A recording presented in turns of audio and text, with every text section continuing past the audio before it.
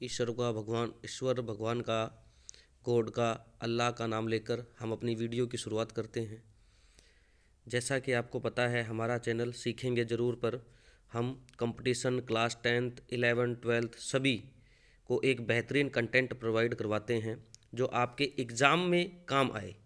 हमारा कंटेंट ऐसा होता है जो आपके बीच में विश्वास पैदा करे और आपके काम आए। हम बात करेंगे, अगर आप हमारे चैनल पर पहली बार आए हैं तो प्लीज़ चैनल को सब्सक्राइब कर लीजिए।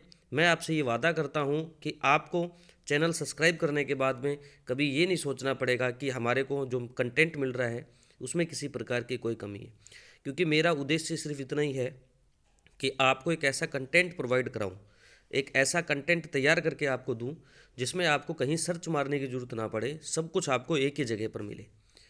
तो अगर मेरे द्वारा कंटेंट आपको अच्छा लगे, पहले आप पूरे कंटेंट को देखिए। अगर अच्छा लगे तो आप प्लीज़ चैनल को सब्सक्राइब कर लीजिए ताकि आपको कोई भी लेटेस्ट इन्फॉर्मेशन आए तो वो आपको प्राप्त हो जाए।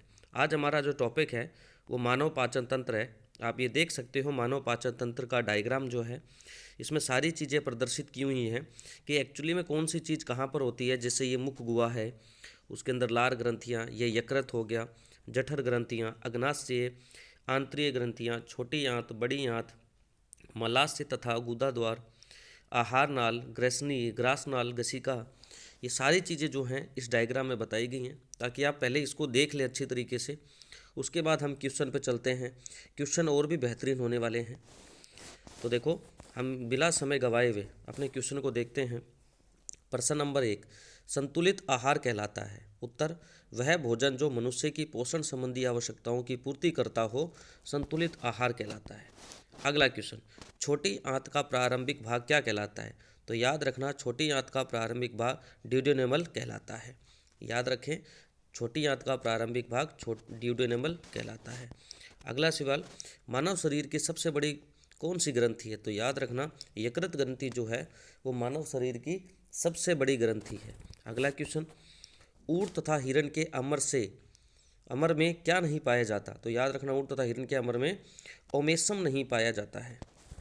अगला क्वेश्चन, आंतों में पाए जाने वाले गड्ढे क्या कहलाते हैं। तो याद रखना, आंतों में पाए जाने वाले गड्ढे क्रिप्टस ऑफ लिबरकून कहलाते हैं। क्या कहलाते हैं? क्रिप्टस ऑफ लिबरकून। अगला क्वेश्चन, भोजन के प्रमुख अवयव क्या हैं। तो याद रखना, भोजन के प्रमुख अवयव में कार्बोहाइड्रेट, वसा, प्रोटीन, जल, खनिज एवं विटामिन है। अगला क्वेश्चन, एक सामान्य व्यक्ति को प्रतिदिन में कितनी मात्रा में कार्बोहाइड्रेट की आवश्यकता होती है।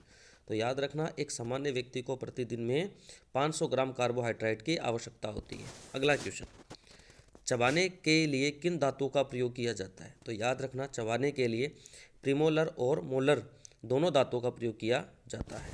अगला क्वेश्चन, छोटी आंत का प्रारंभिक भाग का आकार कैसा होता है। तो याद रखना, छोटी आंत का प्रारंभिक भाग यू आकार का होता है। अगला क्वेश्चन, सेल्यूलोज का पाचन कहाँ होता है। तो याद रखना, सेल्यूलोज का पाचन रोमांथी आमाशय के रोमेन कक्ष में होता है। अगला क्वेश्चन, मल एकत्रित कहाँ होता है। तो याद रखें, मल जो है वो मलाशय या रेक्टम में एकत्रित होता है। अगला क्वेश्चन, मनुष्य के आहार नाल में उपस्थित अवशेषी अंग कौन सा है। तो याद रखना, मनुष्य के आहार नाल में उपस्थित अवशेषी अंग वर्मी फॉर्म अपेंडिक्स है। अगला क्वेश्चन, इलियम क्या है। तो याद रखना, छोटी आंत का निचला हिस्सा इलियम कहलाता है। अगला क्वेश्चन, वयस्क में दांतों की संख्या कितनी होती है। तो याद रखना, वयस्क में दांतों की संख्या 32 होती है। अगला क्वेश्चन, बच्चों में दांतों की संख्या कितनी होती है। तो याद रखना, बच्चों में दांतों की संख्या 20 होती है। अगला क्वेश्चन, आपको ये जो बेहतरीन कॉन्सेप्ट आपको मिल रहे हैं। अगला क्वेश्चन, शरीर का सबसे कठोर पदार्थ कौन सा है। तो याद रखें, शरीर का सबसे कठोर पदार्थ इनामेल है। अगला क्वेश्चन, इंसुलिन कहाँ स्त्रावित होता है। तो याद रखना, इंसुलिन अग्नाशय से स्त्रावित होता है। अगला क्वेश्चन, किस पाचक ग्रंथि के रस में कोई एंजाइम नहीं पाया जाता। तो याद रखना, यकृत ग्रंथि में कोई एंजाइम पाया नहीं जाता। अगला क्वेश्चन, कोलेस्टेकाइनिन क्या है। तो याद रखना, कोलेस्टेकाइनिन एक प्रकार का हार्मोन है। अगला क्वेश्चन, काइम क्या है। तो याद रखें, आमाशय में स्थित भोजन को क्या कहते हैं, अपने काइम कहते हैं। अगला क्वेश्चन, बड़ी आंत में कौन सा जीवाणु पाया जाता है। तो याद रखना, इस्चरिशिया कोलाई जो है वो बड़ी आंत में पाए जाने वाला जीवाणु है। अगला क्वेश्चन, एक सामान्य व्यक्ति को प्रतिदिन में कितनी मात्रा में वसा की आवश्यकता पड़ती है। तो याद रखना एक सामान्य व्यक्ति को प्रतिदिन 50 ग्राम वसा की आवश्यकता पड़ती है। अगला क्वेश्चन, जेजुनम क्या है? तो याद रखना छोटी आंत का मध्य भाग ही जेजुनम कहलाता है। अगला क्वेश्चन, पेप्सिन का निर्माण कहाँ होता है? तो याद रखना पेप्सिन का निर्माण आमाशय में होता है। अगला क्वेश्चन, ग्रास नली की लंबाई कितनी होती है? तो याद रखें ग्रास नली की लंबाई 25 सेंटीमीटर होती है।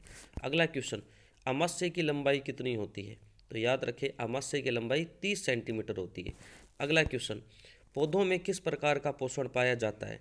तो याद रखेंगे पौधों में स्वपोषी पोषण पाया जाता है। मुझे पूरा विश्वास है कि ये वीडियो आपको बेहद पसंद आ रही है। ठीक है। अगला क्वेश्चन, इलियम में क्या अवशोषित होता है? तो याद रखें इलियम में ग्लूकोज अवशोषित होता है। अगला क्वेश्चन, जंतुओं में किस प्रकार का पोषण पाया जाता है? तो याद रखिए जंतुओं में स्वपोषी पोषण पाया जाता है।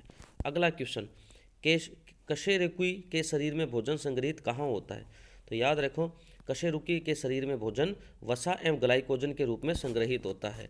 तो ये थे महत्वपूर्ण 30 क्वेश्चन, और आपको किसी भी कम्पिटिटिव एग्जाम में इनमें से क्वेश्चन काफ़ी देखने को मिलेंगे। ये मैंने बहुत ही कंटेंट बेहतरीन क्वेश्चनों को इकट्ठा करके ये काम किया है।